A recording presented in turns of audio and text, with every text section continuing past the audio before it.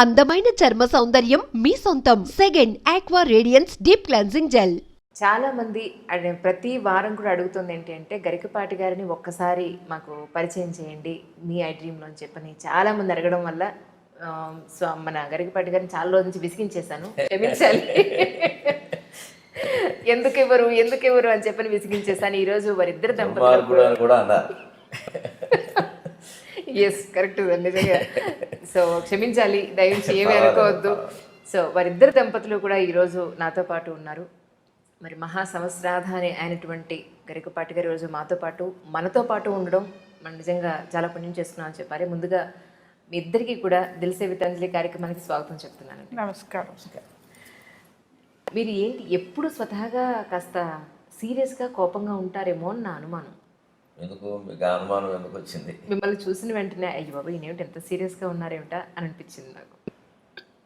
అది మరి ఆ ధోరణిలో ఏమైనా మార్పు వచ్చిందేమో నాకు తెలియదు. కానీ ఈ మధ్యలో ఇదివరకు ఎప్పుడు నన్ను వేసే ప్రశ్న ఏంటంటే మీరు ఎప్పుడు ఇలాగే నవ్వుతూ ఉంటారా అని అడిగేవారు. నిజమా? ఇంట్లో కూడా ఇలాగే చమత్కారాలతో ఉంటారా, ఎప్పుడు నవ్వుతూ ఉంటారని నేను సరదాగా ఏమైనా ఉంటే నక్క ఒక చోట ఓడ వేసి ఇంకో చోట గౌరీ కళ్యాణం వాడదు, ఎక్కడున్నా మనిషి ఒకలాగే ఉంటాడు, అందుకే నాకు అదే అలవాటు అన్న. ఇప్పుడు మీరే అడుగుతున్నారు ఈ ప్రశ్న. నిజంగా చాలా కోపంగా ఉన్నారు వచ్చినప్పటి నుంచి. ఏమంటే పొద్దున ఇంట్లో ఏం జరిగిందో మీరు చెప్పండి, ఎందుకు అలా ఉన్నారు వీళ్ళ కోపంగా ఉన్నారు? అసలు ఆయన కోపంగా ఉండరు. అంతేనా? ఓహో, గంభీరంగా ఉన్నారు కొద్దిగా కదా. అంటే స్వతహాగా అలాగే ఉంటారా? ఈరోజు ఏమన్నా? లేదు అలాగే ఉంటారు అంతే. అది నిజం. కొంచెం తక్కువ మాట్లాడతారు. మన అవగాహనలో ఒక పొరపాటు ఏంటంటే సరదాగా ఉండకపోతే కోపంగా ఉన్నట్టు కాదు మనం అనుకుంటాం. చలోక్తులు వేస్తూ ఉండకపోతే ఆయన కోపంగా ఉంటారు అంటాం. ఈ సరదాకి కోపానికి మధ్యలో గాంభీర్యం అనేది ఒకటి ఉంది. అంటే అవసరమైతేనే మాట్లాడటం. ఆ చలోక్తి ఏదైనా అవసరమైతేనే వేస్తాం, పనిగట్టుకుని నవ్వించడానికి వేస్తే కృత్రిమంగా ఉంటుంది. అది సహజంగా రావాలి, కోపమైనా రావాల్సిందే కదా. ఆ సహజ స్థితికి కృత్రిమంగా మనం ఉంటే తెలిసిపోతూనే ఉంటుంది ఎదుటి వాళ్ళకు కూడా. ఆ గాంభీర్యం అనేది ఒకటి ఉంది. ఆధ్యాత్మికతలో గాంభీర్యం చాలా ముఖ్యమైన విషయం. శంకరాచార్య స్వామి శివానంద లహరిలో చెప్తారు, గాంభీర్యం పరిఖాపదం ఘనధృతి ప్రాకార ఉద్యద్గుణస్తోమశ్చాప్తపదం అంట. భగవంతుడు మన మనస్సులో ఎప్పుడు ఉంటాడంటే గంభీరంగా ఉంటాడంట. గాంభీర్యం అంటే లోతైన విషయం. సముద్రం గంభీరం అంట, సముద్రానికి గంభీరం. హిమాలయం గంభీరం అనరు, హిమాలయం ఉన్నతం అంట, ఎత్తు. సముద్రం గంభీరం, లోతైంది, సముద్ర గాంభీర్యం అంటారు. ధైర్యం వస్తే మేరుపర్వతం చెప్తారు. లోతుతైన తత్వం అయితే గాంభీర్యం అని చెప్తారు. నిజానికి నాకు తెలిసి నాకు లేనిది ఆ గాంభీర్యం. నాకు ఆ గాంభీర్యం అలవాట్లేదు. కానీ ఈ మధ్య ఒక 7-8 ఏళ్ళుగా నేను అలవాటు చేసుకుంటున్నాను కదండి. సో నేను గుర్తించిన మార్పు అంటే అది కోపంగా భావించాలి. లేదు, కోపం కాదు, గాంభీర్యం. ఖచ్చితంగా నేను అలవాటు చేసుకుంటున్నాను. ఎందుకంటే ఆధ్యాత్మికంగా మనం ఎదుగుతున్నప్పుడు గంభీరంగా ఉండాలి. ఎదగాలి అన్నా ఉండాలి, ఎదుగుతున్నా ఉండాలి. ఇంకా చిల్లర మాటలు, చిల్లర చలోక్తులు, ఇంకా ఏదో పని కట్టుకుని నవ్వించాలనుకోవడం, ఇలా లేకపోతే ఏమనుకుంటారో అనుకోవడం, లేకపోతే ఇంటికి ఎవరో రాగానే వారేదో అనుకునే విధంగా మనం ప్రవర్తించడం, ఇవన్నీ ఉండవు. గాంభీర్యం అంటే ఆ గాంభీర్యం అవసరం. ఎందుకంటే పరిఖాపదం అని అర్థం. అంటే మన హృదయం ఒక కోట అనుకోండి. మన హృదయం ఒక కోట. ఆ కోటలోకి, కోట అంటే దుర్గం కదా, శివుడు దుర్గాధిపతి, దుర్గాదేవి భర్త కదా. అందుకని దుర్గాధిపతి అయిన శివుడు దుర్గంలోకి రావాలి అంటే కోట చుట్టూ పరిఖ అగడత ఉన్నట్టుగా మన చుట్టూ గాంభీర్యం ఉండాలి. అంటే ఈయనతో అంత చనువుగా మాట్లాడలేము, ప్రతిదీ మాట్లాడడానికి వీల్లేదు అని అనుకోవడమే మంచిది. అవి మాకు చూడగానే నెత్తిమి కూర్చోవాలనిపిస్తుంది అంటే అది గొప్పతన విషయం కాదు, లోకమైపోతాం మనం. అది ఎవరైనా ఒక చలోక్తులు విసిరే వాళ్ళకి, చలోక్తులే పనిగా బతికే వాళ్ళకి, హాస్యం మీదే వేదిక మీద కార్యక్రమాలు చెప్పేవాళ్ళకి అవసరమేమో నాకు తెలియదు. కానీ ఒక ఆధ్యాత్మికవేత్తకి గాంభీర్యం చాలా అవసరం. ఇక్కడ గాంభీర్యం ఏమవుతుంటే లోతు కదా సముద్రం. సముద్రంలో మీకు పగడాలు ఉన్నాయి, రత్నాలు ఉన్నాయి, మట్టి మశానం కూడా ఉంది, లోపల తిమింగలాలు ఉన్నాయి. ఏది బయటపడదు, ఏముందో తెలియదు. నిజానికి నాలో నేను గుర్తించిన లోపం ఏంటంటే ఆ గాంభీర్యం లేకపోవడం. ఒక 7-8 ఏళ్ల క్రితం వరకు నాకు గాంభీర్యం తెలియదు. బోళాగా మాట్లాడేయడం, అన్నీ చెప్పాడు, మా ఇంట్లో విషయాలు కూడా చెప్పేస్తాం. ఈ మధ్య గమనిస్తే ఆవిడే ఉంటుంది ఆ విషయం, ఒక 5-6 ఏళ్ళుగా బాగా తగ్గింది ఆ విషయం. ఎందుకు అంటే అదేదో మనం మామూలుగా చెప్పేస్తున్నాం కానీ ఒక్కోసారి బయటికి అది వ్యతిరేకంగా వెళ్ళిపోతుంది, దాని ప్రభావాలు వేరుగా ఉంటాయి. అది సహజంగా మాట్లాడడం, బోళాగా మాట్లాడడాన్ని సహజంగా తీసుకునేవాళ్ళు తక్కువ. మామూలుగా మనకి పెద్దవాళ్ళు చెప్పే మాట ఒకటి ఉంటుంది, నేను నువ్వు పొగుడుకోకు ఎవడో నమ్మడు, నేను నువ్వు తక్కువ చేసుకోకు అదే నిజం అనుకుంటానని. ఈ సూక్తి ఈ మధ్య నేను 4-5 ఏళ్ల క్రితం చూశాను ఎక్కడో. అమ్మ బాబోయ్ పొరపాటు చేస్తున్నామని గ్రహించాను నేను. ఏమైనా మనకు ఉన్న విషయమే, నేను సహస్రావధానంలో 750 పద్యాలు అప్పగించాను, అది వాస్తవం అమ్మా, అది లేకపోతే ఎందుకు ఇస్తారు నాకు ఆ విరోధం? కానీ అలా ఆయన చెప్పుకోవాలంటే ఇంకెవరైనా చెప్పొచ్చు కదా, అని ఎవరిని పెట్టి చెప్పిస్తామా? అంటే నిజం మన గురించి మనం వాస్తవం చెప్పినా సరే పొగుడుకోవడం కింద భావిస్తాం. అలాగే బోళాతనంగా నాకేమిటో అలా గలగల అలా మాట్లాడడం అలవాటు అంటే అంత బాగుడని ఆయన ఒప్పుకున్నారుగా అంటాడు. అందుకని ఈ ప్రవృత్తులు ఎప్పుడైతే చూస్తున్నామో, లోకాన్ని చూస్తుంటే మన వల్ల లోకం ఎదగడం అనేది ఒక పారిశ్రమ, అయితే లోకం వల్ల మనం కూడా ఎదుగుతాం. లోకాన్ని చూస్తున్న కొద్దీ కొన్ని అనుభవాలు వస్తాయి. నాకు వచ్చిన అనుభవం ఏమిటంటే మనకి గాంభీర్యం లేదు. ఈ శివానందరాజులో శ్లోకం చదివినప్పుడల్లా నన్ను అది ఎత్తి పొడుస్తున్నట్టుగా ఉండేది, నీవు ఉందా? మిగిలిన అందులో ఉన్నాయి, ధృతి ధైర్యంగా ఉండడం, ఇంద్రియ నిగ్రహం ఉండడం, ఇవి నాకు భగవంతుడి దేవాలు నాకు ఉన్నాయి. గాంభీర్యం తక్కువ నాలు, ఎందుకంటే ఉన్నదన్నట్టు మాట్లాడేయడం, చెప్పేయడం. అందువల్ల గొడవలు పెద్ద ఏమి రాలేదు, అది పెద్ద నాకు ఎప్పుడు సమస్య కాలేదు. కానీ అనవసరంగా ఎందుకు మనం చెప్పాలి అసలు విషయం?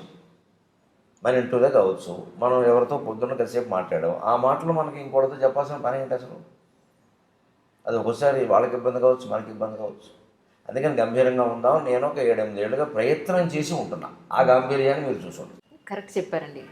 కోపానికి గంభీరానికి మధ్య తేడా ఉంది. అది గాంభీర్యం మనిషి అలవాటు చేసుకోవలసిన లక్షణం, ఎవరైనా ఆడ మగ ఎవరైనా.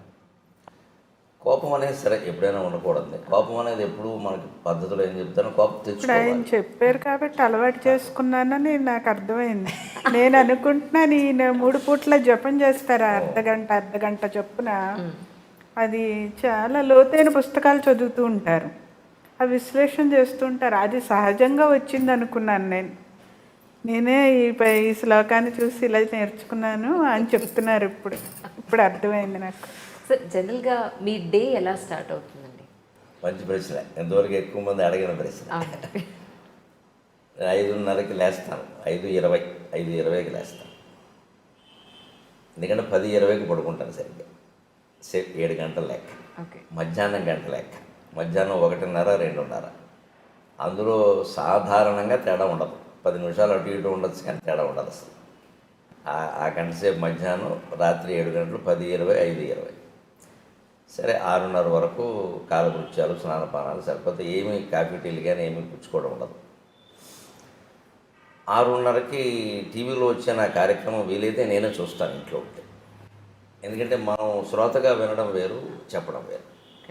ఇప్పుడు ఎక్కడెక్కడ శ్రోతలు ఇబ్బంది పడతారో, సాగదీసాం అనుకుంటారు, లేకపోతే చెప్పలేదు అనుకుంటారో, ఇంకా చెప్పాల్సింది అనుకుంటారు, అవన్నీ మనకు తెలుస్తాయి. అందువల్ల వీలైతే చూస్తాం. లేకపోతే వేరే ఊళ్ళో ఉంటే ఇంక మళ్ళీ ఏదో యూట్యూబ్ చూడడం, లేకపోతే ఏదో స్మార్ట్ ఫోన్ పెట్టుకోవడం, ఇవన్నీ అసలు మనకు లేవు. ఇంకా ఏదో హోటల్లోనే ఎక్కడ ఉంటే టీవీలు కుదరదు, ఎవరింట్లో ఉన్నా పొద్దునే వెళ్ళి టీవీ పెట్టమని చూస్తే అక్కడి నుంచి వాళ్ళు కాఫీ పట్టుకొస్తారు, అక్కడి నుంచి పత్రిక వస్తుంది, ఇంకేమన్నీ కుదరవు. ఏదో వారంలో 1-2 రోజులు కుదిరితే చూస్తాను, లేకపోతే వెంటనే నా జపానికి నేను వెళ్ళిపోతాను. సరే, సహజంగా మనకి కులాచారం ప్రకారం వచ్చిన సంధ్యావందనం ఉంది, అది గాయత్రి జపం. అది అయిపోయాక 8 వరకు పూర్తిగా నా జపదపాలు, పారాయణలు ఉంటాయి. నాకు పొద్దున్న సంధ్యావందనం తర్వాత నేను చేసేది ప్రత్యేకమైన జపం ఏం లేదు, గాయత్రి జపం ఒకటే.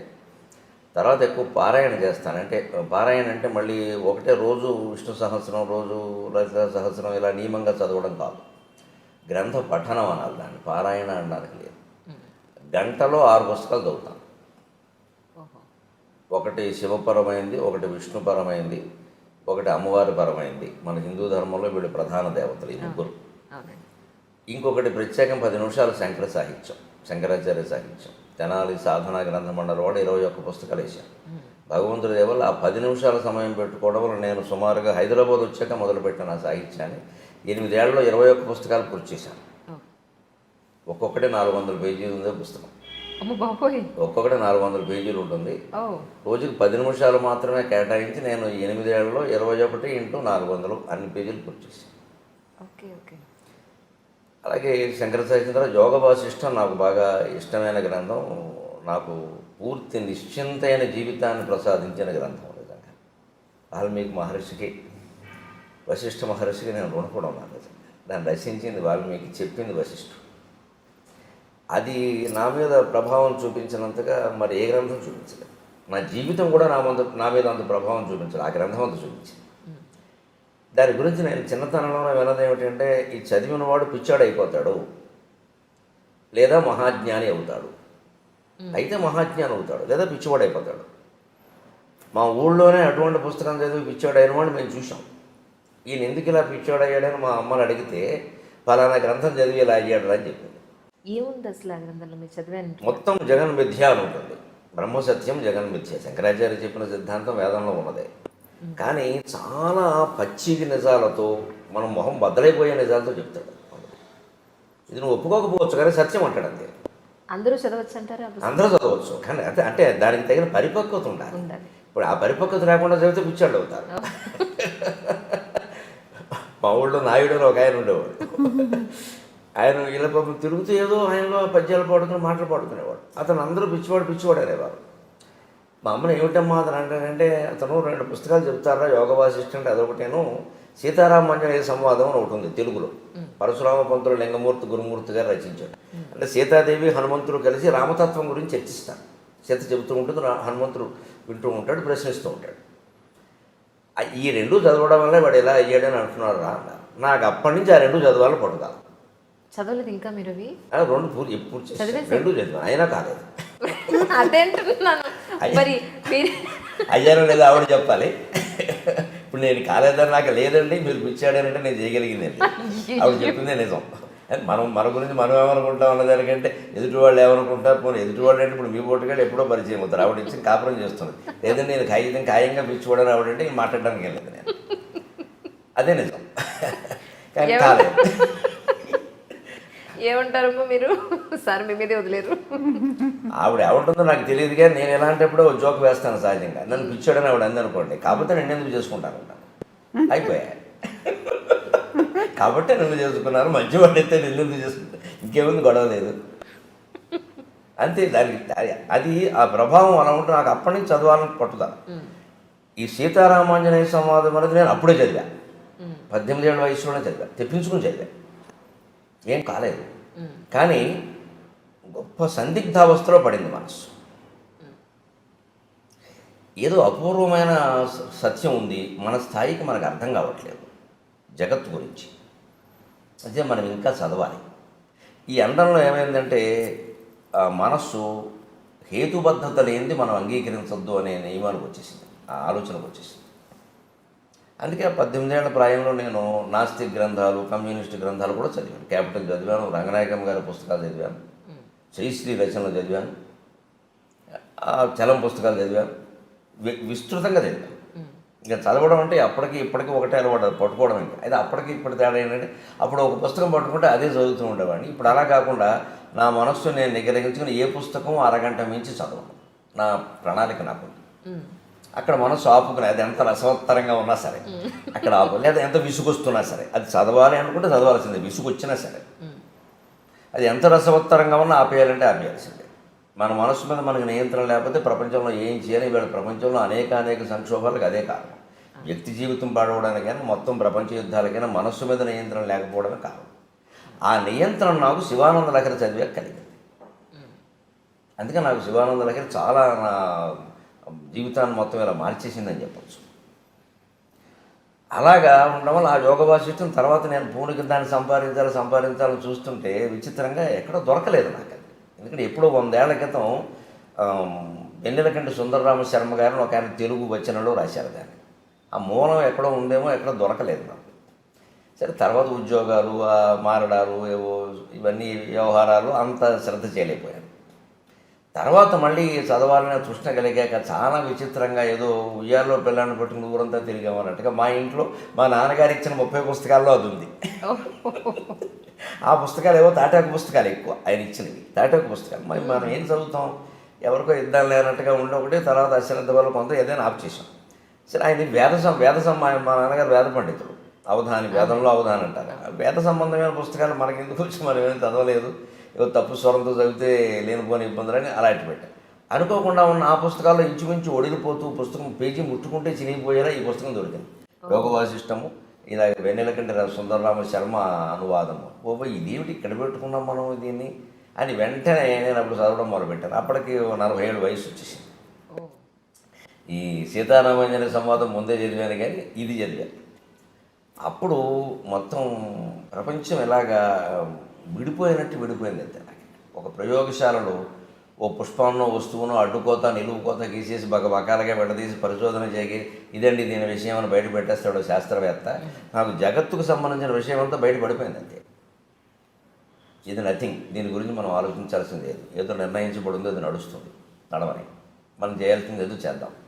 దేనికి చింతించాల్సిన పని లేదు, దేనికి పొంగిపోవాల్సిన పని లేదు. అప్పటికి నేను సహస్రావధానం కూడా చేసేసాను. సరే, ఇన్ని పుస్తకాలు చదివిన తర్వాత ఇప్పుడు మీకు మొత్తం అంతా అర్థమైందని అన్న దాంట్లో మేము అర్థం చేసుకోగలిగే పాయింట్ ఏదైనా, ఒక చిన్న విషయం ఏదైనా చెప్పగలుగుతారు మిమ్మల్ని మధ్యలో ఆపండి, సామాన్య ప్రజలకు అర్థమయ్యేలాగా? ఒక్క మాటలో చెప్పాలంటే, తనలో తాను రవంత మారడు, తనలో తాను రవంత మారడు, జగత్తత్వంబు మార్పంగ ఆతని సంసారము సంపదల్ సమయమున్ తత్వార్థ విజ్ఞానమున్ వెనుకన్ ముందట చూడక అర్పణముగా వింసు మహామూర్ఖుడు.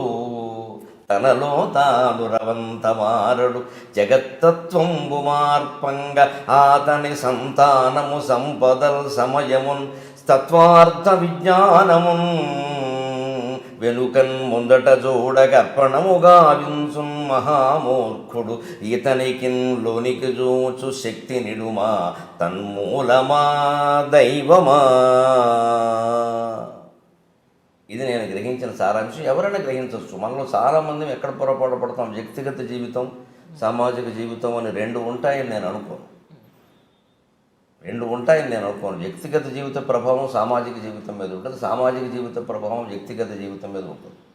ఏదో గీత గీయడం కోసం మనం కొన్ని విషయాలు చెప్పడం ఇష్టం లేక ఇది నా వ్యక్తిగతం అని దాచొచ్చు, అవసరం కూడా లేకపోవచ్చు ఎదుటి వాళ్ళకి.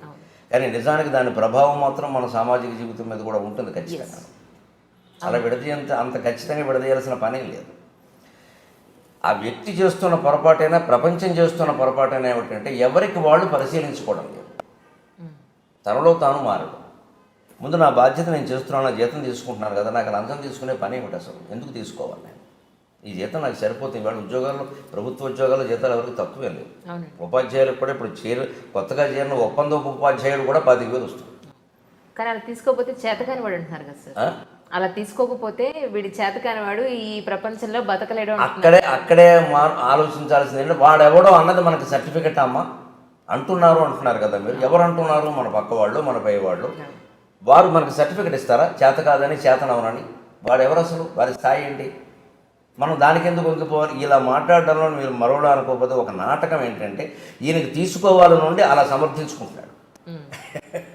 ఈ మనిషికి లంచం తీసుకోవాలి నుండి, తప్పు చేయాలి నుండి, చేయకుండా ఉండలేని బలహీనత ఒకటి ఉండి దాన్ని సమర్థించుకుందుకు ఏమంటాడంటే ఇలా ఉండకపోతే లోకంలో బతకలేమండి అంటున్నాడు తప్ప నిజంగా బతకదలుచుకుంటే ఉండక్కర్లేదు. ఆయన ఇష్టం వచ్చినట్టే ఉండొచ్చు. అంతగా ఇప్పుడు ఒక లంచం తీసుకోకపోతే నేను చంపేస్తా అన్నంత పరిస్థితి ఎక్కడైనా ఉందా? అలా లేదమ్మా, ప్రలోభ పెడుతున్నారు అంతే. ప్రలోభాన్ని కాదనొచ్చు. పోనీ ఏ కృష్ణా బ్యారేజీ మీద ఆపేసి 4 గొడ్డళ్ళు వేసుకుని వచ్చి తీసుకుంటావా, చంపేయమంటావంటే నా ప్రాణం కోసం తీసుకున్నానండి అంటే ఓకే, ఒప్పుకుందాం. దీనికి నెంబర్లు వేసి దీని మీద ఎవరో వెంకట్రావుకు ఫోన్ చేయాలి, వెంకట్రా అని రాసుకుంటాను నేను. అది పొద్దున్న 10:30కైనా చేస్తాను, ఎందుకంటే ఆయన ఆఫీసులో ఉంటే దొరుకుతాడు. రాత్రి 8:30కి చేస్తాను, ఇంట్లో ఉంటే దొరుకుతాడు. క్లారిటీ స్పష్టం. అందుకని ఇంకా ఆ విషయం ఆలోచించాను. బుర్ర నిండా వారికి ఫోన్ చేయాలి, వీరితో మాట్లాడాలి, ఏమిటో అన్నీ మర్చిపోతున్నాయి. ఈ మధ్య నాకు మతిమరుపు ఎక్కువైపోయింది. అదేం ఉండదు అసలు. మనం దానికి పని చేయక ఖచ్చితంగా 10:30కి మంచినీళ్ళు తాగి 2 గంటల పోసా 2 గ్లాసులు నీళ్లు తాగుతాను ఖచ్చితంగా. పొద్దున్న 6:30, 8:30, 10:30, 12:30, 2:30, 4:30, 6:30, 8:30, రాత్రి 10:30. ఖచ్చితంగా 2 గ్లాసులు నీళ్ళు తాగాల్సిందే. రోజు అయ్యేసరికి 15-16 గ్లాసులు నీళ్ళు అవుతాయి. దానివల్ల ప్రయోజనం ఏంటంటే ఆరోగ్యపరంగా నేను అనుభవించి చెబుతున్నాను. ఎటువంటి ఏదైనా ఆహారాల్లో తేడాలు ఉన్నా, పడాలు ఉన్నా, రాళ్ళు పేరుకునే సమస్యలు లాంటివి ఉన్నా మొత్తం కొట్టుకుపోతాయి. మనం తాగేటువంటి నీరులో స్థూల భాగం ఎప్పుడూ మూత్ర విసర్జన రూపంలో వెళ్ళిపోతుంది. సూక్ష్మ భాగం రక్తంగా మారుతుంది. అతి సూక్ష్మ భాగం ప్రాణవాయువుగా మారుతుంది. అతి సూక్ష్మ భాగం నీరు తాగితే ప్రాణవాయువు ఉంటుంది. ప్రాణం ఎప్పుడు నీటి మీద ఆధారపడింది, అన్నం మీద కాదు. అన్నం మానేసి ఉండొచ్చు, నీరు మానేసి ఉండదు. నీరు మానేసి ఉంటే ప్రాణం కూడా పోతుంది. అందుకే ఎంత నిరాహార దీక్ష వాడైనా పాలు కానీ, మజ్జిగ కానీ, నీరు కానీ తాగుతారు. తాగితే కొంతకాలం గెంటిచ్చు. అలా నీరు తాగుతాను ఖచ్చితంగా. నాకు 10:30కి నీళ్లు తాగేసి అప్పుడు ఈ ఫోన్లు చేసేసి నా కార్యక్రమాల గురించి రిజర్వేషన్లు చేయాల్సి ఉంటాయి కదా, ఏమన్నా అంటే నేనే చేసుకుంటాను. కార్యకర్తను చేయమని చెప్పను. ఎందుకంటే వాళ్ళు మనకి తర్వాత ప్రోగ్రామ్ ఎక్కడ ఉందో వాళ్ళకి తెలియదు. వాళ్ళ ఊరికి చేసేస్తాను. మళ్ళీ అక్కడి నుంచి ఇంకో ఊరు పక్క ఊరు వెళ్ళాలంటే ఆ షెడ్యూల్ నా దగ్గర ఉంటుంది కాబట్టి చేసుకుంటాను. అక్కడికి ఆ పని అయిపోయింది. అప్పుడు ఖచ్చితంగా టీవీకి ఏమన్నా తయారవ్వాలా, సాయంత్రం సభ ఉందా తయారవ్వాలా, ఆ తయారవ్వాల్సి ఉందంటే తయారవుతాను. 10:30, 12:30 సమయం. 12:30 ఖచ్చితంగా గంట కొట్టేసినట్టుగా తిరుగు లేకుండా 12:25కి వచ్చి గురువుగారు భోజనానికి రావచ్చు అంటుంది. అంతే మేడం అండి, మిమ్మల్ని గురువు గారు అంటారా? అంటారు. ఎందుకో? ఎందుకంటే రావండి అడగండి. ఏమండి ఎందుకు అంటే చాలా నేర్చుకున్నాను అందుకని మా గురువు గారు ఏం ఆయన నుంచి చాలా నేర్చుకున్నాను. అవునా? అందులో ఏం నేర్చుకున్నారు? ఒక పాయింట్ మాకు. అవి చెప్పేవి కాదు, అలాగా సహజంగా జరిగినవి అంతే. సరే, 12:30కి భోజనం పెట్టేస్తే అంతే. ఖచ్చితంగా 45 నిమిషాలు భోజనం చేస్తాను. 1:15 వరకు నవ్వులతో ఉండాల్సిందే. ఓకే. 3 ఐటమ్స్ మించి భోజనంలో ఉండవు. 4వది ఉంటే ఆవిడ తినాల్సిందే. 3 ఐటమ్స్, 3వది మజ్జిగతో కలిపి 3. మజ్జిగతో కలిపి. ఓహో. ఫర్ యువర్ కైండ్ ఇన్ఫర్మేషన్, మజ్జిగతో 3. 15-20 ఏళ్ళు బట్టి, కనీసం 10 ఏళ్ళు బట్టి ఆ నియమం ఖచ్చితంగా. తర్వాత పప్పు, కూర, మజ్జిగ, లేదా వేపుడు, పచ్చడి, మజ్జిగ, ఏదైనా సరే 3 మజ్జిగతో కలిపి. 4వది ఉంటే ఇందులో ఒకటి తగ్గించేస్తాను, అన్నం తగ్గించేస్తాను. మొత్తం మీద అన్నం అంతకుమించి వెళ్ళడానికి వీలు లేదు. అందుకని నాకు షుగర్ ప్రాబ్లమ్స్ అవి ఏం లేవు. తినవలసింది తింటాను. ఖచ్చితంగా పొద్దున్న ఒక్కసారే కాఫీ, సాయంత్రం 4:30కి టీ, మధ్యాహ్నం భోజనం చేసి గ్లాసు మజ్జిగ తాగుతాను. రాత్రి పడుకోబోయే ముందు గ్లాసు పాలు తాగుతాను. ఒకసారి పాలు, ఒకసారి మజ్జిగ, ఒకసారి కాఫీ, ఒకసారి టీ. 4 సేవించినట్టు అయింది. ఏది ఎక్కువ కాలేదు. అన్ని రుచులు తెలిసాయి. ఎప్పుడు కావాలంటే అప్పుడు వదిలేయచ్చు. సమస్య అండి. ఎక్కువ అలవాటు పడ్డామనుకోండి, నాకు ఏమిటో కాఫీ లేకపోతే తోచట్లేదు, ఏమీ లేదు, నాకు ప్రపంచం అంతా లేకపోయినా నాకు తోస్తుంది. ఈ ప్రపంచం అంతా శూన్యమే, నేను ఒక్కడిని అంటార్కిటికా ఖండంలో నన్ను వదిలేస్తే హాయిగా గడిపేస్తాను. ఏమి ఇబ్బంది లేదు. ప్రాణంతో ఉంటే సార్ అక్కడ నీళ్లు దొరికితే ఏదో మారేడాకులు దొరకపోని అవుతాం. వారు ఉండాలి, వీరు మాట్లాడాలి, అసలు ఆ సమస్య లేదు. అదే వేదాంతం ద్వారా నేర్చుకున్నాను. యోగ వాసిష్టం నాకు నేర్పింది అది. నీతో నువ్వు మాట్లాడుకో, నీతో నువ్వు ఉండు. ఇంకోరు ఉండాలని ఎందుకు అనుకుంటున్నావు? ఇంకోరు ఉండడం అంటే మనం తప్పించుకొని బయటపడుతున్నాం. మన నుంచి మనం తప్పించుకొని బయటపడుతున్నాం. అదేదో కాలక్షేపం, వారేదో పోగొట్టడం, తిట్టడం, విమర్శలు, ఇవన్నీ ఇంకేది పీకానామ లాగానం, ఎలక మీద పిల్లి, పిల్లి మీద ఎలక, ఎప్పటికి తెమలవు ఇవి. అప్పుడు ఈ కాలక్షేపాల కోసం వచ్చరికి తోడు, నీడ, దూడ, పేడ అన్నీ తయారైపోతాయి. ఇందులో ఎవరు లేకపోయినా మనం తట్టుకోలేని పరిస్థితి వస్తుంది. ఇదంతా బలహీనతే. మనం ఏదో గొప్పగా చెప్పొద్దు దాన్ని. నాకు నలుగురు ఉంటే కానీ తోచదు, అదో వ్యాధి. డాక్టర్ చూపించుకోవడం మంచిది. ఎందుకు తోచదు? నలుగురు ఉన్నా తోచాలి, ఒక్కరే ఉన్నా తోచాలి, 1000 మందిలో ఉన్నా తోచాలి, శ్మశానంలో ఉన్నా అదే తోచాలి. అది వేదాంతం. మన స్థితిలో మనం లేవు, అందుకే తోచదు. అందుకే మనిషి తనలోకి తాను చూసుకోవాలి. లోకం అంతటా మార్చుకుంటూ కూర్చోవడం కాదు. మధ్యాహ్నం ఖచ్చితంగా 1:15 అయ్యాక అప్పుడు సరిగ్గా 1/4 గంట సేపు అటు ఇటు నడుస్తాను. బయట ఆరేసిన తువ్వాలు లోపలేస్తాను. అదో క్రమశిక్షణ. పొద్దున్న స్నానం చేసి ఆరేసాం కదా, ఆ తువ్వాలు లోపలేస్తాను. అవన్నీ నేనే చేసుకుంటాను. ఆ పనులు 1/4 గంట పడతాయి. 1:30కి పడుకుంటాను, 2:30కి లేస్తాను. ఫోన్ కట్ చేయడమే, సైలెంట్లో పెట్టడం ఉండదు. సైలెంట్లో పెడితే ఎవడో చేస్తాడు, అక్కడ ఉంటుంది, అక్కడ మళ్ళీ నాకు చేయలేదంటాడు. అటువంటి అవకాశం ఎవరికి ఇవ్వను. స్విచ్ ఆఫ్ అంతే. మళ్ళీ ఆయన చేసుకోవలసిందే. ఏమంటే నేను చేశానంటే మీరు నాకు చేయలేదంటే చెయ్యను, నీ అవసరం నువ్వు చేసుకోవాలి. ఎంత ప్రాణ స్నేహితుడైనా అంతే. నాకు ఎందుకు చేసావు కదా, 2వ సారి కూడా నువ్వే చేసుకో, 3 సార్లు చేసుకోలేకపోతే మానేసుకో.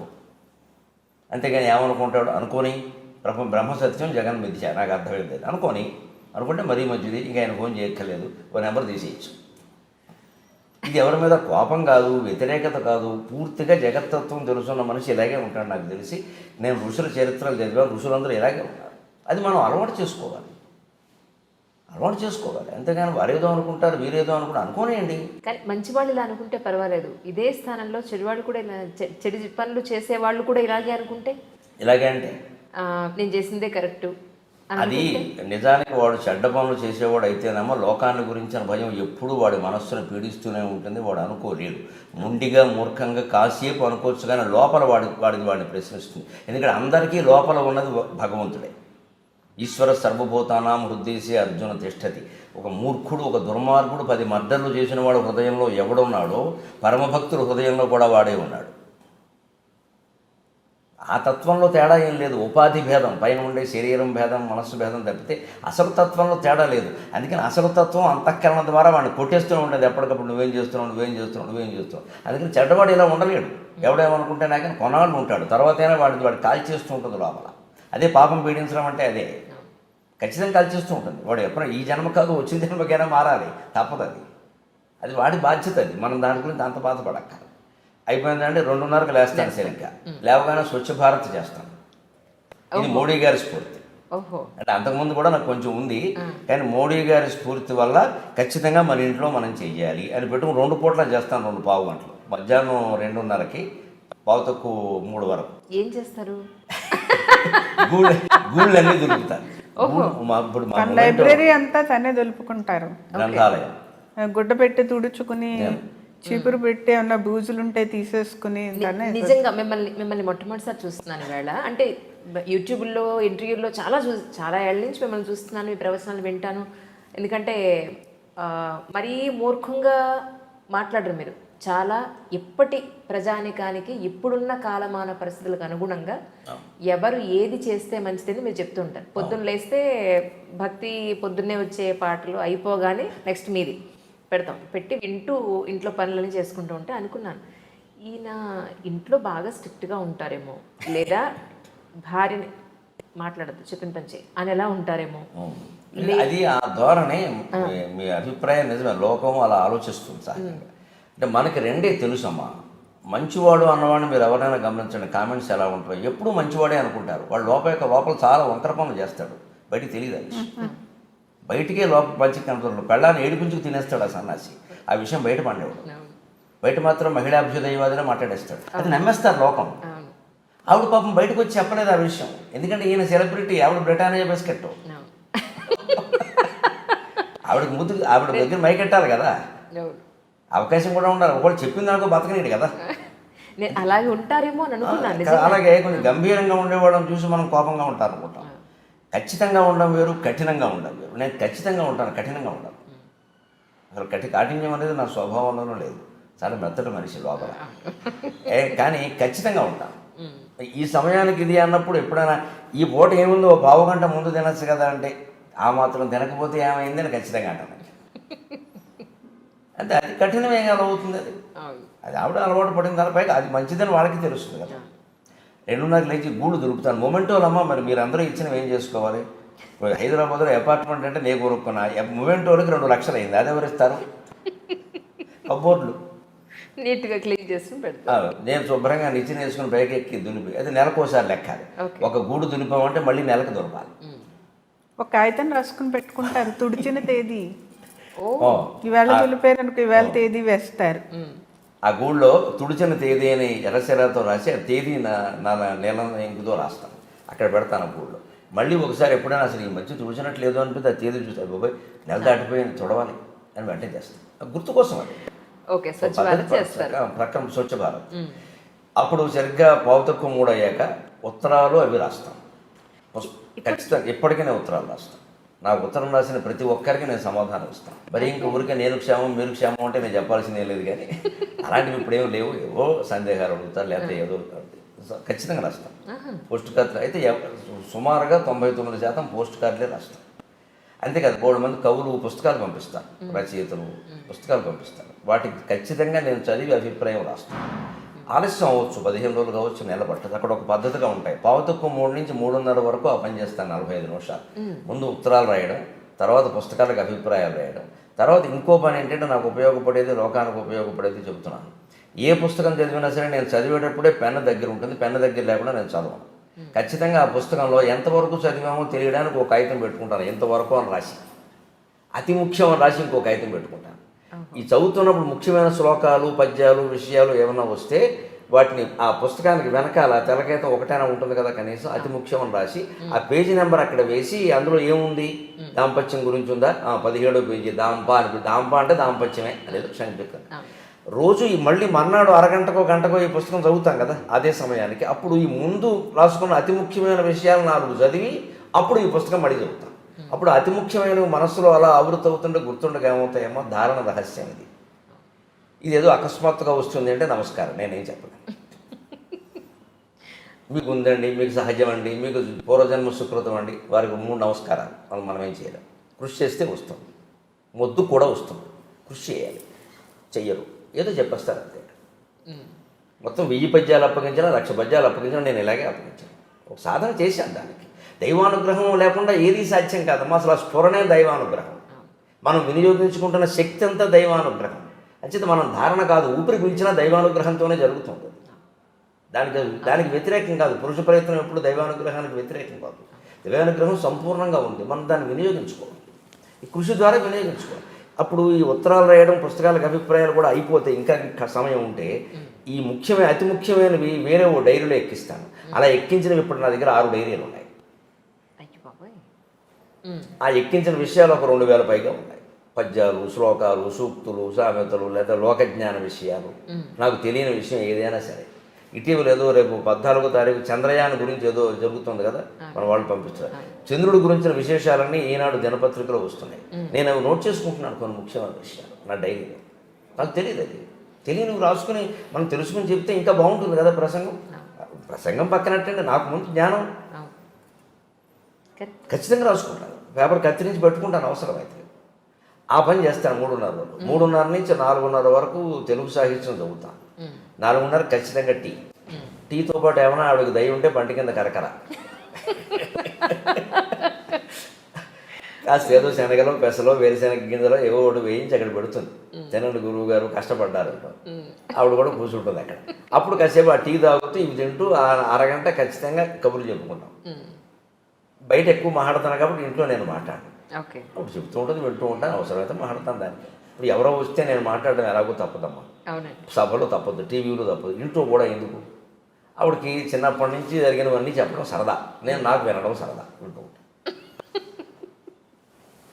ఉంటే సంతోషిస్తారు. అందులో ఏవో ఉంటాయి మనం నేర్చుకునేవి. పైగా నాకు ఇప్పటికీ ఒక రకంగా ఆవిడ గురువు గారిని ఆవిడండం కాదు. ఎందుకంటే ఇప్పుడు ఈ క్షణంలో కూడా ఆవిడ ఏదైనా సామెత వాడితే అది నాకు తెలియందే అవుతుంది ఆశ్చర్యకరంగా. నేను ఇప్పటికీ ఆశ్చర్యపోతా భాష విషయంలో. వాళ్ళది అన్నవరం, మాది సొంతం తాడేపల్లిగూడెం. కాకినాడలో ఎక్కువ ఉన్నాను నేను. తాడేపల్లిగూడెం, కాకినాడ ఏముంది, తూర్పు పశ్చిమ గోదావరి కదా. కానీ ఆవిడ వాడేటువంటి సామెతలు కొన్ని నాకు ఎప్పటికీ తెలియవు. నేను ఎప్పుడు వినలేదు వాటిని. నేను ఒకసారి మళ్ళీ ఏనంటే ఆవిడకి భయం అంటే తప్పేమన్నా అన్నాడు. తప్పేం అనలేదు, నాకు తెలుసుకోవాలని ఉందంటే. మీరు తెలుసుకోవడం ఏంటి అంటుంది. లేదు, తెలుసుకోవాలంటే. అలాంటి సామెతలు వాడుతాం. అవి నేను తెలుసుకుని టీవీలో చెప్పిన సందర్భాలు చాలా. అంటే ఈ వ్యక్తి ఆ వ్యక్తి అని లేదు. మనం పని మనిషితో మాట్లాడినా తెలుసుకోవలసినవి ఉంటాయి, పెద్ద మనుషులతో ఎలాగో ఉంటాయి. అక్కడికి మనమే ఏదో జగద్గురువు అని, మిగిలిన వాళ్ళకి ఏమి రాదని, అసలు మనం వీళ్ళని అడగడం ఏమిటని అనుకోవలసిన పనే లేదు. నాకు తెలియకపోతే మా వాచ్మెన్ కూడా అడిగి విషయం తెలుసుకుంటాను. ఆ విషయం వాడు చెప్పాడనే విషయం బయటకు కూడా చెబుతాను. నాకేం భయం ఏం లేదు, అందులో మొహమాటం ఏం లేదు. అతను ఆ విషయంలో నాకు చెప్పాడు, తప్పే ఉంది, నాకు తెలియదు కదా అది. అలాగే ఉండి 4:30కి టీ దాకా 5 నుంచి 6 వరకు సంస్కృత సాహిత్యం చదువుతాం. అరగంట కొన్ని పుస్తకాలు గంట ఉంటాయి, పుస్తకాన్ని బట్టి ఉంటుంది, అది చదువుతాం. 6ంటికి ఖచ్చితంగా స్నానం, సంధ్యావందనం, జపం. 7 వరకు అంతే. అరగంట ప్రత్యేకంగా వెళ్ళి చోట కూర్చుంటాం. సంధ్యావందనం కూడా అయిపోయాక కేవలం శివ పంచాక్షరి జపించుకుంటూ అలా అది ఒక్కోసారి అది మర్చిపోయి మౌనంలోకి వెళ్ళిపోతాం. భగవంతుడు దయ, అది మనం ఏం చేయాలి, అది జపించడం వరకే మన పని. ఆ సమాధి స్థితితో ఏదో ఎప్పుడు వస్తున్నది ఆయన దయ, మనం ఏం చేయాలి. కానీ మన ప్రయత్నం మనం చేయాలి. మాట్లాడకుండా తలుపు కూడా చిడత కూడా వేసేసి రోజుకు 3 గంటలు నాకు దూరం అయిపోతున్నారు అంట. చెడత వేసానండి. చెడత వేయకపోతే దూరం కాదు. అంటే మనసులో ఏమనిపిస్తుంది సహజంగా, అంత వేసేసారంటే నేను వస్తే ఇబ్బంది అని అనిపిస్తుంది. కానీ అర్థం చేసుకుంటుంది, అందుకోసం ఆ అనుబంధం అది అర్థం చేసుకుంటుంది. పైగా ఏముంటుందంటే ఎప్పుడైనా జపాన్కి వెళ్తున్నట్టు చేయండి, అదేమని కాపాడుతుంది. నిజమే కదా, అది కాకపోతే ఎవరు కాపాడతారమ్మా? భగవంతుడు కాకపోతే కాపాడేవాడు ఎవరు? అంతటా ఉన్నది ఆయన, అందరినీ కాపాడవలసింది ఆయనే. ప్రపంచంలో ఎన్ని దారుణమైన పరిణామాలు జరిగినా, మనం ఎన్ని వ్యాసాలు రాసినా, ఎన్ని ఉపన్యాసాలు ఇచ్చినా, ఐక్యరాజ్యం తీర్మానం చేసినా బాగుపడుతుందని చెప్పలేం. కానీ భగవంతుడికి విజ్ఞప్తి చేస్తే బాగుపడుతుంది. ఎందుకంటే మూలం అది, మూలానికే వైద్యం చేయాలి. అంచేత నాకు కోపం వస్తే ఒకసారి ఇది నీది, మమ్మల్ని అంటే వీటి బాగు చేసుకోలేదా మానుకో అని అంత బెదిరించినట్టు కూడా నేను పద్యాలేదు. నీవా కనపడవెంత మొత్తుకొని మా అమ్మవారి ఫోటో ముందు నిలబడి మేము నిర్ణయాలు తీసుకుంటాం. మా జీవితంలో ముఖ్యమైనప్పుడు కొన్ని సందర్భాల్లో కుటుంబపరంగా తీసుకోక తప్పదు కదా. తీసుకున్నది ఏమవుతుందో అని బెంగ వస్తుంది ఒకసారి. ఇప్పుడు కుటుంబంతో లోకంతో కూడా పరిస్థితి ఎలా ఉంటుందంటే, మొత్తం వదిలేసిన ఇబ్బంది, మొత్తం మన మీద పెట్టుకున్న ఇబ్బంది, రెండు కష్టమే. పూర్తిగా మన మీద పెట్టుకున్నామో అయ్యో వీడి జీవితాన్ని మనం పాడు చేస్తున్నామేమో అనిపిస్తుంది, వాడి నిర్ణయం మంచిదేమో అని. అలాగని వదిలేద్దామంటే ఏమైపోతారో అనిపిస్తుంది. అటువంటిప్పుడు నేను ఎలా మొత్తుకుంటానంటే అమ్మవారితో, నీవా కనపడవెంత మొత్తుకొని నేనే స్వయం నిర్ణయాలేవో కొన్నిటి చేసినా నన్నుచు నన్నే నింద చేయన్ భవానీ వేరెవ్వరు దిక్కు నాకిక. నీవా కనపడవెంత మొత్తుకొని నేనే స్వయం నిర్ణయాలేవో కొన్నిటి చేసినా నన్నుచు నన్నే నింద చేయన్ భవానీ వేరెవ్వరు దిక్కు నాకిక. భవన్ నీరేజనేత్రంబులన్ రేవుల్కు పదంపు జద్వయము భవన్ నీరేజనేత్రంబులన్ రేవుల్ గట్టు సుధారసంబు నన్ను పాలించుంగదే చాలదే అని మొత్తుకున్నాను. నేను నువ్వు కనపడమమ్మ, పోనీ ఏమమ్మా పార్వతీదేవి అంటే అయినా నువ్వు చెప్పినట్టు చేసేస్తాం, మాకు ఎందుకు వచ్చిన కూడా ఎవరు ఓటేయమంటే వాడికి వేసేస్తాం, దేవుడు చెప్పాడని చెబుతాం. అది ఆ అదృష్టం మాకు లేదు. మేము ఏదో ఆలోచించి భార్య భర్త లేదా సొంతంగానో ఏదో ఏడుగుతాం. నువ్వు తప్పు చేసావు లోపల నుంచి మనసులో నుంచి ప్రశ్న ఉంటుంది కదా. అది అమ్మవారు మరి అలా ప్రశ్నిస్తే నేనేం చేయను, నువ్వు చెప్పలేదు, నేను తీసుకుంటే కాదంటే అని తీరుగా మనిషితో మాట్లాడినట్టే. నువ్వు కనపడవు, నేనే స్వయం నిర్ణయాలు ఏవో కొన్నింటి చేసినానొచ్చు నన్నే నింద చేయను భవానీ వేరెవరు దిక్కు నాకు. ఎవరితో చెప్పమంటావు? చచ్చిపోయిన మా అమ్మ నాన్నతో చెప్పమంటావా? దేవుడితో చెప్పుకుంటాం అని. కానీ నాకు నమ్మకం ఉందమ్మా, భవన్ నీరేజ నేత్రంబులను రేవులుగట్టు కృపారసంబు, నీ కళ్ళల్లో కనిపించే కరుణ ఉందే అది నన్ను కాపాడుతుంది. నాకు ఆ నమ్మకం చాలు. ఇది చాలదా కాపాడడానికి? ఈ పద్యం చాలదా? ఎందుకంటే తపస్సు చేయాలి. ఇటువంటి 500 పద్యాలు రాశానమ్మా. ఇటీవల ఇష్టదైవం అనే పుస్తకం రూపంలో వేశాను. అవి నా కోసం నేను రాసుకున్నది, ఎవరికి లోకానికి చెప్పలేదు, అవధానాల్లో చెప్పలేదు, కావ్యాల్లో చెప్పలేదు. నా కోసం, నాకు సంతోషం కలిగిన, బాధ కలిగిన, కోపం కలిగిన, అసూయ కలిగిన, ఏం కలిగినా రాసుకున్నాను. అవి బయట పెట్టద్దనే అనుకున్నాను. కానీ అక్కడక్కడ ఏదో ఇలా భావావేశంలో చెబుతుంటే ఏమండి మేము కూడా బాగుపడతాం, మాకు కూడా కావాలని నేను అడిగితే ఇటీవల వేశాను. అవి అప్పుడు ఖచ్చితంగా అలాగే 6:30-7 అయిపోయాక అప్పుడు ఖచ్చితంగా 7 నుంచి 8 వరకు ఒక అరగంట సేపు ఇతరుల అవధాన పద్యాలు చదువుతాను. ఒక అరగంట సేపు నా అవధాన పద్యాలు నేనే చదువుతాను. పాతవన్నీ 320 పైన అవధానాలు చేశాను నేను ఇప్పటికి ఈ రోజు. 320 అవన్నీ డైరీలో రాసి ఉన్నాయి. అందులో సుమారుగా 200 వరకు అచ్చయి ఉన్నాయి. ఇంకా 100 పైన అచ్చు కావాలి. అచ్చు అనేవి కానీ ఏమైనా డైరీల్లో ఉంటాయి కదా. స్వీయ కవిత్వం అనే పేరు మీద డైరీలు నాకు 20 ఉన్నాయి. ఇప్పటికి మీతో మాట్లాడే క్షణానికి ఈ రోజుకి నేను 11,153 పద్యాలు రాశాను. ఈ క్షణానికి 11,153. తర్వాత ఏదైనా చెబితే 154 అంతే. ప్రతిదీ అంకె వేసి తేదీ వేసి ఏ సందర్భంలో ఎవరి మీద రాశాం, దేనికి రాశాం అని చెప్పుకోవడం కూడా జరిగింది. అక్కడ డైరీ ఉంటుంది. నేను అచ్చువేని, తర్వాత నా పిల్లలు అచ్చువేని, అది లోకానికి అందుతుంది. ఎందుకంటే పూర్వం కొప్పరపు కవులు లాంటి మహానుభావులు వాళ్ళు లక్షల పద్యాలు చెప్పారట, ఎక్కడా లేవు. మహా అయితే ఆ మహాకవులవి ఒక 1000-2000 దొరుకుతున్నాయేమో అంతే. మరి అవన్నీ పోయినట్టే కదా. తిరుపతి వెంకటకవులు కూడా మన నాటకాలు దొరుకుతున్నాయి, కానీ అవధాన పద్యాలు చాలా భాగం లేవు. చాలా అవధానాలు చేశారు, కానీ వాళ్ళకి రాయడం అలవాటు, పక్క వాళ్ళు రాసేవాళ్ళు లేక మర్చిపోవడం, అశ్రద్ధలు ఎక్కడెక్కడో పోయి. మహా అవధానాలు చాలామంది పోయి. ఏవో చిన్న చిన్న కాగితాల మీద రాసేవాడు పాపం ఎక్కడో పోయి. వాళ్ళ పిల్లలు కొంతమంది శ్రద్ధ చేయలేదు. ఆ స్థితి నాకు పట్టద్దు. మనం మెటీరియల్ రెడీ చేసి పెట్టేస్తే సిద్ధంగా పిల్లల తర్వాత వేసుకుంటారు, లేదు మనం ఉంటే మనమే వేస్తాం, లేదు తర్వాత చూసుకుంటాం. ఈ పనులు అప్పుడు చేస్తాను. 7 to 7:30 పరావధాన సాహిత్యం, 7:30-8 స్వీయ అవధాన సాహిత్యం. ఖచ్చితంగా 8ంటికి అప్పుడు మళ్ళీ టీవీ పెట్టి ప్రారంభం కొద్దీ ఏమొస్తే అది చూస్తాం. పళ్ళు తింటారు. 50 ఏళ్ళ వయసు వచ్చే వరకు భోజనమే చేసేవాడిని. ఒక 10 ఏళ్ళు నేను సుమారుగా 2010 నుంచి పళ్ళే ఏవో 2 పళ్ళు, 2 యాపిల్ పళ్ళు, 2 బత్తాయి పళ్ళు, అంటే 2 ద్రాక్ష పళ్ళు కాదు, అందుకే అవి పైగా అవి మళ్ళీ పళ్ళ రసాలు అవన్నీ కుదరవు. అక్కడ ఊరికే పండే ఉండాలి. పై తొక్క కొద్దిగా తీసాల బెసిన్లో పెట్టాలి. నేను తొక్క ఉంచుకొని నేను కూర్చొని తింటాను సావకాశంగా. ఒక పావు గంట 20 నిమిషాలు పడుతుంది. అది కూడా ఈ లోపు అరగంటలో ఏదో ఉన్నదాంట్లో మంచిది ఏదో పెడతాం, అంతకంటే ఏం చేస్తాం, ఏదో వస్తుంది పెట్టాం. అది మనం కోసిస్తే ఎక్కువ పళ్ళు కోసి ఇచ్చేస్తామని తనే పండు బలంగా మనం అది ఇచ్చేయాలి. ఆరోపణ. పండు పళ్ళకి లెక్క అప్పుడు లెక్క తేడా రాదు కదా. మాయ చేసేస్తాను. 2 యాపిల్ పళ్ళు నుంచి 3 పళ్ళ మొక్కలు అందులో పెట్టేస్తాను. అందుకని ఆ పళ్ళు నాకు కనబడాల్సిందే. లెక్కది 8:30కి ఆ పళ్ళు తినడం అయిపోయాక అప్పుడు మళ్ళీ ఎవరికైనా ఫోన్లు చేయాలా.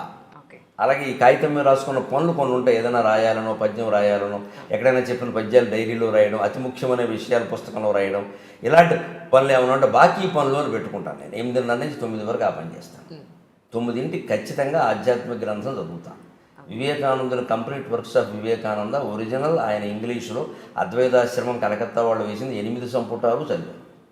సద్గురు శివానందమూర్తి గారు మహర్షుల జీవిత చరిత్రలు 50 మంది మహర్షుల లైఫ్ హిస్టరీస్ రాశారు, జీవిత చరిత్రలు. అది ఆ సమయంలోనే నేను చదివాను. ఆధ్యాత్మిక గ్రంథం ఏదో ఒకటి. అది ఇంచుమించుగా తత్వ గ్రంథం అవుతుంది. పురాణాలు కాకుండా కృష్ణమూర్తి గారి ఫిలాసఫీ, నిసర్గదత్త మహారాజ్ ఫిలాసఫీ, రమణ మహర్షి సిద్ధాంతాలు, ఇటువంటి తాత్వికమైన గ్రంథం వివేకానంద, పరమహంస ఏదో ఒకటి అప్పుడు చదువుతారు. 9 9:30 మళ్ళీ